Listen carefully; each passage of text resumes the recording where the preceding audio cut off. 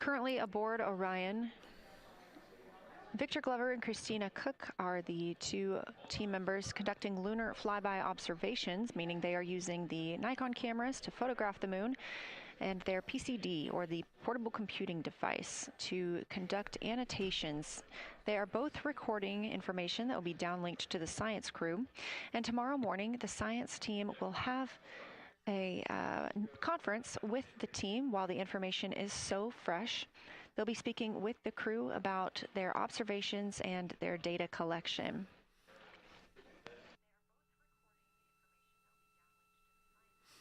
Otherwise, most of tomorrow, flight day 7, is considered an off day.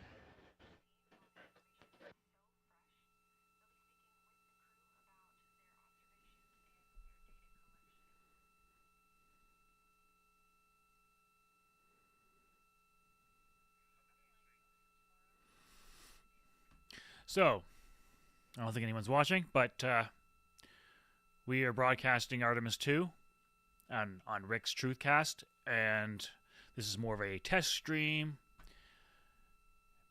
and I may talk about some Artemis stuff, or I may not, depending on how often NASA interrupts me.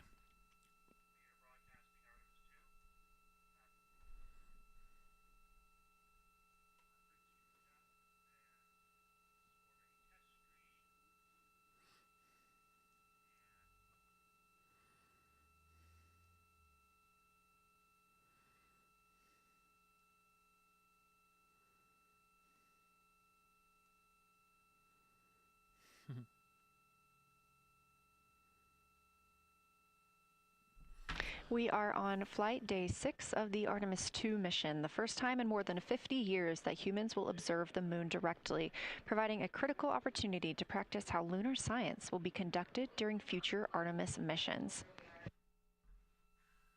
If you're just joining us, the crew is well into their lunar flyby observations, and we anticipate that we will hear from them soon. A few times every hour, they are slated to call down with science sit reps or situation reports. We most recently had one from Commander Reed Wiseman. He and Jeremy Hansen, mission specialist, were first at the windows today to photograph and make annotations of what they were seeing. Therefore, we heard more from Victor Glover and Christina Cook earlier in the day during those first blocks. But now that Reed Wiseman and Jeremy Hansen are on the support side, they are the ones calling down what they are seeing from windows 1 and 4. Earlier, we heard that the Earth is so bright in window 4, they have had to temporarily cover it with a t-shirt.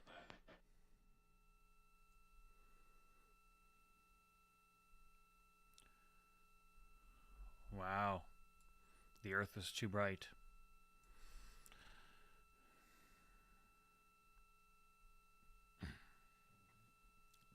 The moon preserves a near-continuous record of solar system history that has been erased on Earth because the moon doesn't have an atmosphere. So things that we experience on Earth, like weather or plate tectonics, don't really apply.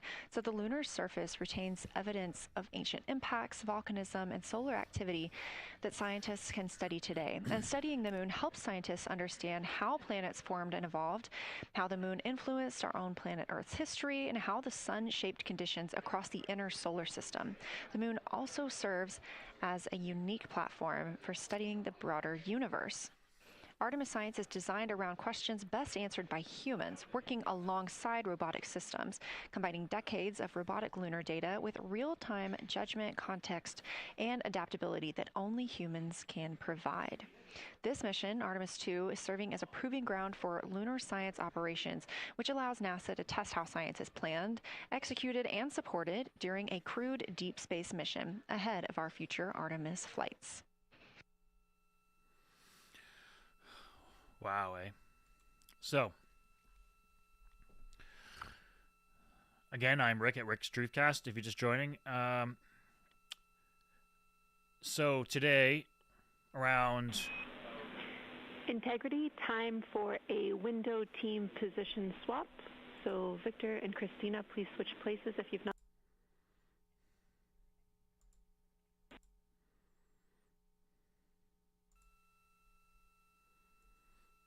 Just trying to test out this equipment here.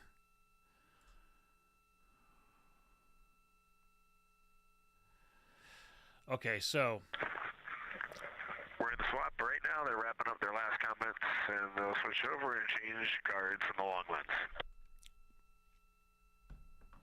Copy.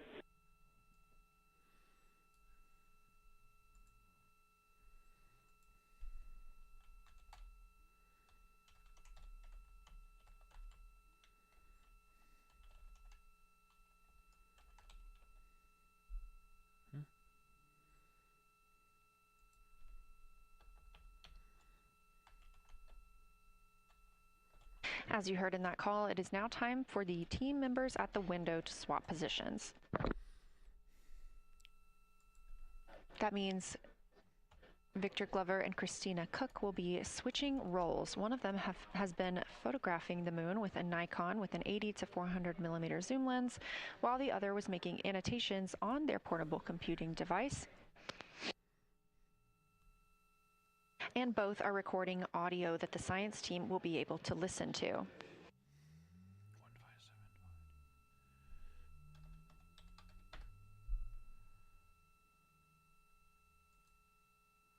We are now 2 hours and 10 minutes until we expect to lose signal with the spacecraft as they fly behind the moon.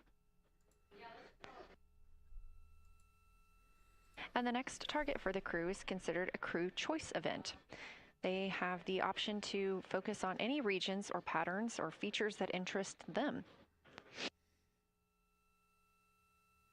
The science team has asked the crew to capture pictures that illustrate their choice, as well as at different zoom levels, and to describe why those certain features or regions caught their eye.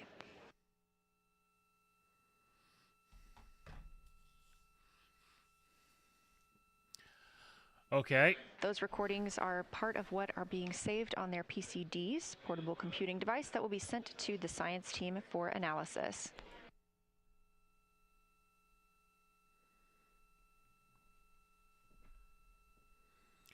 All right.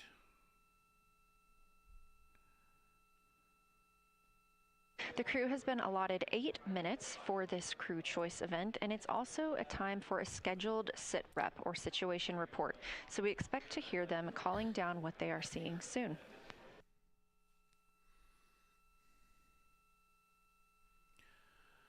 So at in Eastern Time, 1 p.m. Eastern Time, NASA live coverage of the Lunar Flyby began. 1:30 Eastern Time p.m. Lunar Flyby observation period kicked off. The crew working in pairs started high-resolution photography, video, and visual observations of the moon's near and far sides. A science officer in mission control briefed the crew on targets. It was about 1:57. Something that the crew, or that the science team has used to help prepare the crew, is a cue card. These ask for a feature ID if they happen to know the type or name, and if it is a target. Of course, in this situation, when they have a crew choice, they do not need to, it may or may not be a target. They want to know the location and the observation style. They've also asked for the geometry of what's being captured, the size, shape, boundary, and preservation, as well as the color and shadow. So the color tone, the albedo, that reflection or brightness, and any shadows or illumination. Next, they're interested in structure and texture. That includes slopes, structures, and textures, of course, and geologic relations, like association to other features, any contact to those features, and of course, their thoughts, impressions, or interpretations. They are interested even in emotions and excitement that the crew may be having. So around 1:57 p.m., the crew surpassed the Apollo 13 distance record, which is... This flyby day has been practiced in many ways, even in sims here in Mission Control Houston. The team also conducted some field work, learning how to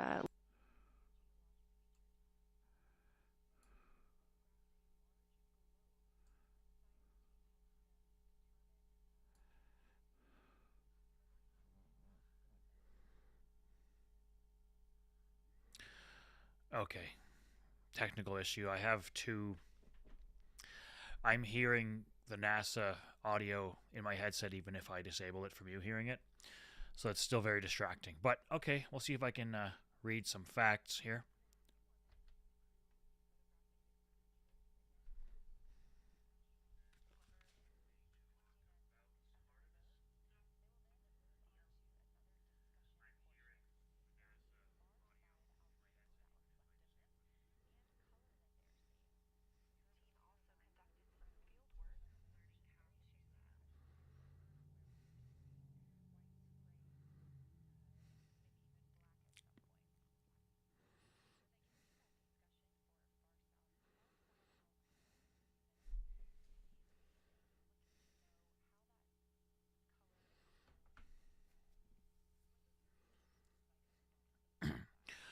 Okay, so yeah, this is really turning into a test live stream, but that's fine. I'm going to go ahead and check out. I'm going to turn them back on if anyone was watching, in case you get bored. And you'll be able to hear NASA reporting. And I'm going to try to make it so it turns off on my headphones when I want it off.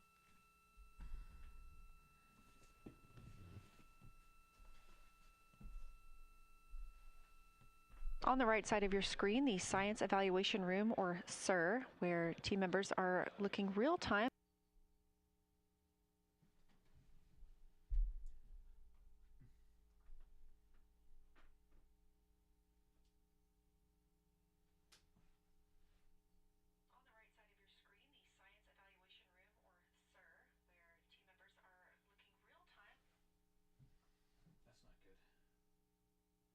They're really enjoying, they both decided to pick the Terminator, and they're spending a lot of time looking at the Terminator, just talking about the resolution that they can see, the depth of the craters, and the various interesting and unique excavations that they can see.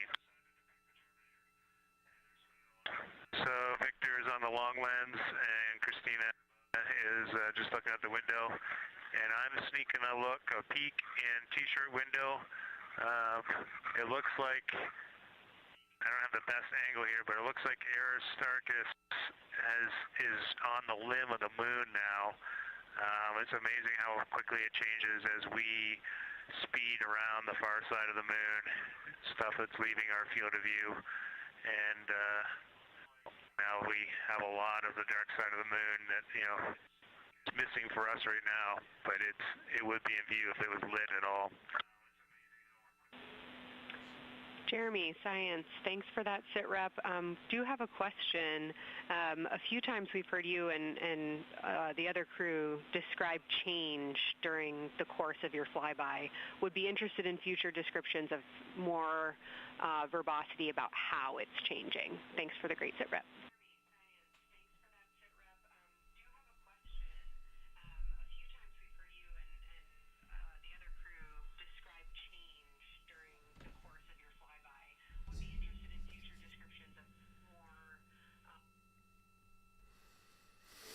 All right. Yeah, Kelsey, sounds good. We are definitely keeping an eye on that. My eyes have just not readjusted. The moon is so bright when you come back to the window. I was just in the interior of the cabin. I've come back to T-shirt window, and it's just overwhelming brightness. Why can't I hear? My viewing angles have been challenging. Test. So I won't be able to give you great observations. Well, now you guys can hear stuff, and I can't. I will talk about something that I was talking a lot about in my recordings earlier, which was we've been talking about some shades, and so we have obviously the dark and the light gray, and then we've talked about naming some colors, a brownish hue and a greenish hue. And I'll tell you, like right now, Aristarchus, the plateau is hard for me to see from this window, but that had greenish hues to me and was very unique. I didn't see anything like that anywhere else on this side of the moon. And then I see a lot of these, what I would call brownish hue areas. There's a number of them. And they, for example, in the northwest corner of the highlands, to me, it looks like the brownish hue is caused by ray or ejected material landing on the highlands, and then we obviously see the ray areas as a lighter albedo, but in between the rays where the deposit would be thinnest, that is what it looks like is causing the brown to me. So I saw that in the northwest side of Aristarchus, or sorry, that dark area of the highlands, northwest side of the highlands. I saw it in the highlands to the east of Glushko, and then I see those same brownish hues west of Oriental, and I drew a contact there on OneNote, but that's a huge region, kind of like a piece of pie with the point of the pie pointing at Oriental and then going up the northern side of Hertzsprung. Okay, we are up to one viewer now. We have reached a new milestone. We have one viewer.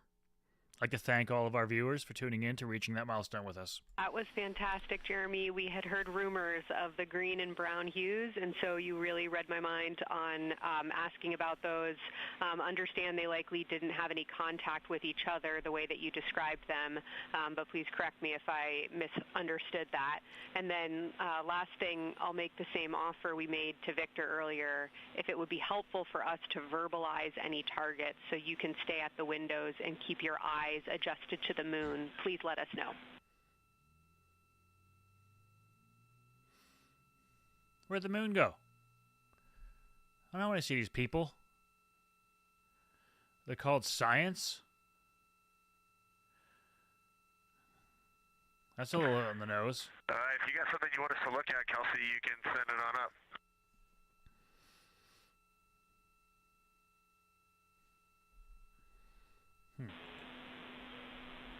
Definitely not looking to interrupt your flow, Reed and Jeremy, only offering assistance if you guys want to keep your eyes off of the PCDs.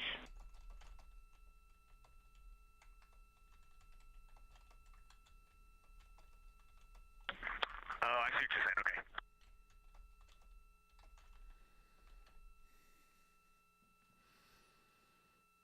I'll get to the bottom of this.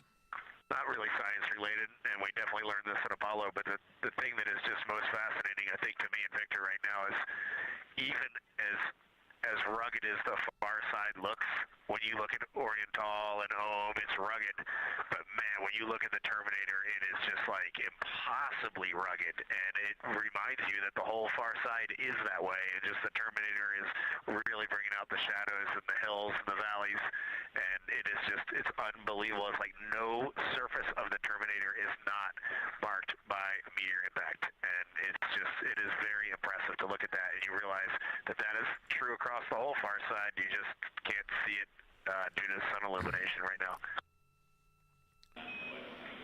Reed, Houston copies, and we were commenting on the same thing. Even from our view, the Terminator looks absolutely alien because there's just so much texture in there that we're just not used to seeing. So thanks for sharing that with us. So wait, the Terminator? I don't know the name of it. Coming out the Alien? southwest of Oriental, right on the southern Terminator, is just a massive crater. I don't know the name of it. Maybe you can look on the solar array wing video and tell me it's right. It's the southernmost crater you see on the Terminator right now. We're looking for you. Yeah. So we've got reports. So far, on the far side of the moon, they've spotted the Terminator and several aliens.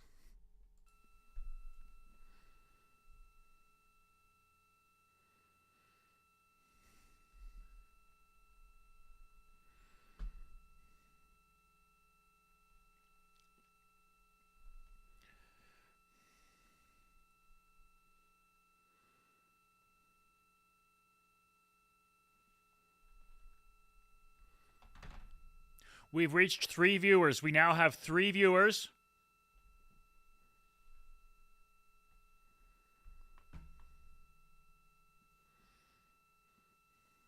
Quite a milestone.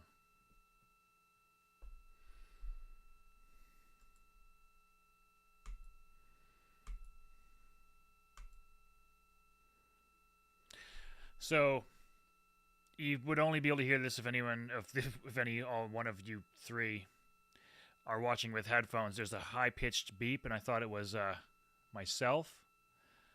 I thought it was my equipment, of course, I meant. I have a certain audio interface that has done that in the past, but I found out after a lot of troubleshooting that it was the NASA broadcast. Whenever no one's speaking at NASA, whenever there's no real audio coming in, they have a really high-pitched beep going on. I wonder if they're using the same audio interface as mine. I highly doubt that.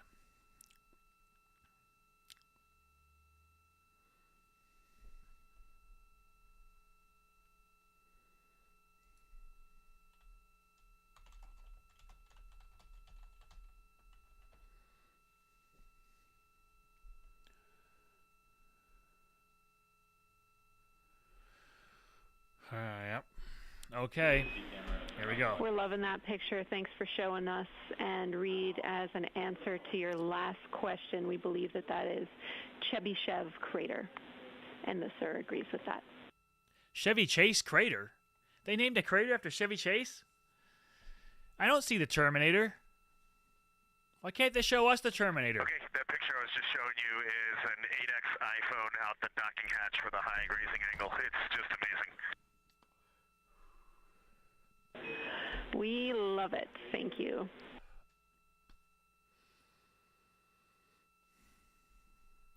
Pretty eventful day here. So, what else is in the news? I'm just checking. How does this camera sound? I'll be able to check it out later. I mean the microphone. The camera was what I was monitoring. This is Artemis Mission Control in Houston, Texas. Mission elapsed time, 4 days, 22 hours, 12 minutes into the flight of Orion. The camera's capturing audio. I see a bar on the screen, but it's muted. This is Lunar Flyby Day for the crew aboard the spacecraft. Reed Wiseman, Victor Glover, Christina Cook, and Jeremy Hansen are now the farthest people to have ever traveled from Earth. That happened like hours ago. I wonder when they reach their furthest point. This is a live view from inside the spacecraft. They have turned off the lights so they're able to see outside and photograph the moon better with no reflections from inside. And for a very brief moment there. Integrity Science, thanks for those iPhone views. It's helpful to see what you're seeing.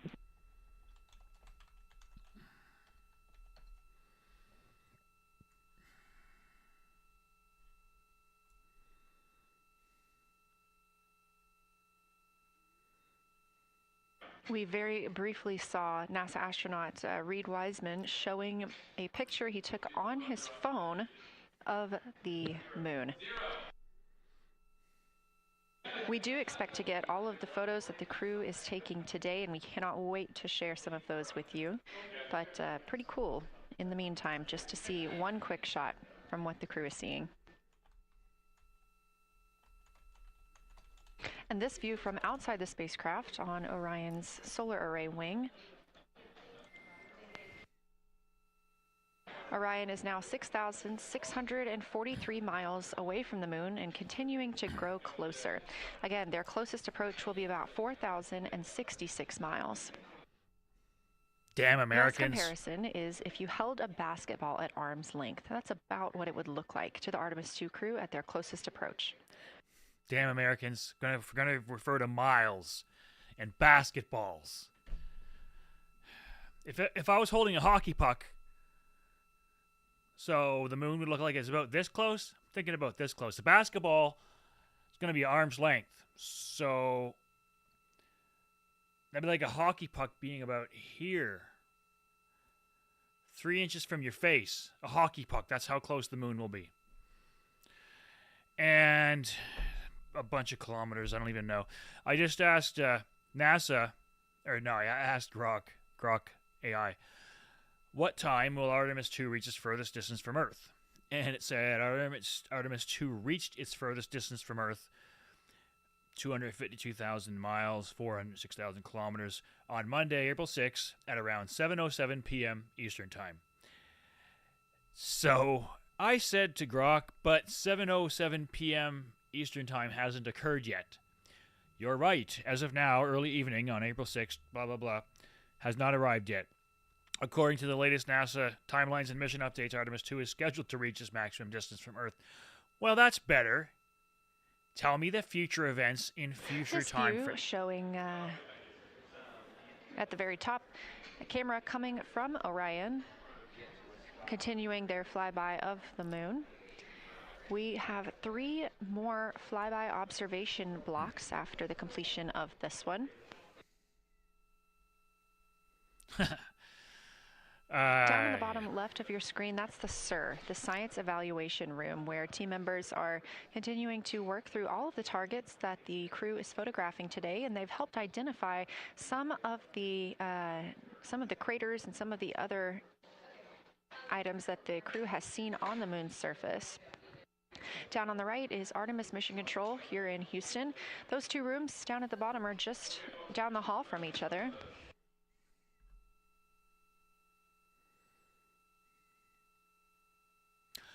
All right, so you're welcome. I converted to Canadian. You're all welcome for that. I'm going to... And we are just a few minutes away from the next cabin and window team swap. That means Victor and Christina, who have been at the windows, will fly to the cabin, the background essentially, and be their support crew for Reed and Jeremy. Reed and Jeremy will move back up to the windows. Okay, so actually, I'm going to stop this live. I'm going to sign off now. And for the principal reason for that is that this is the most boring thing I've ever live streamed about. Like, okay, the moon's big. Look, it's bigger than usual, okay? It's great. I just I came in more than halfway through the coverage, and they're gonna lose video within an hour or so anyway, communications. So this was just more of a test. I'm gonna leave my gear where it is, and I'll be able to make, regular ass videos in the coming days, and obviously live ones as well, but it'll have to be something a little more grandiose than this little moon event. All right. Bye, everybody. Oh, hockey pucks. Yes. It's all about the hockey pucks. I mean, that's the kind of reason why I should stay streaming, because of stuff like that I might say. But I'm just done. They won't show us the aliens. That's right. They won't show us the aliens. They won't show us the Terminator or Terminators, whichever. Well, maybe if they show us some of that stuff, I'll jump back on and get a new stream going. But I probably won't even be here by the time that happens. All right, cheerio, everybody.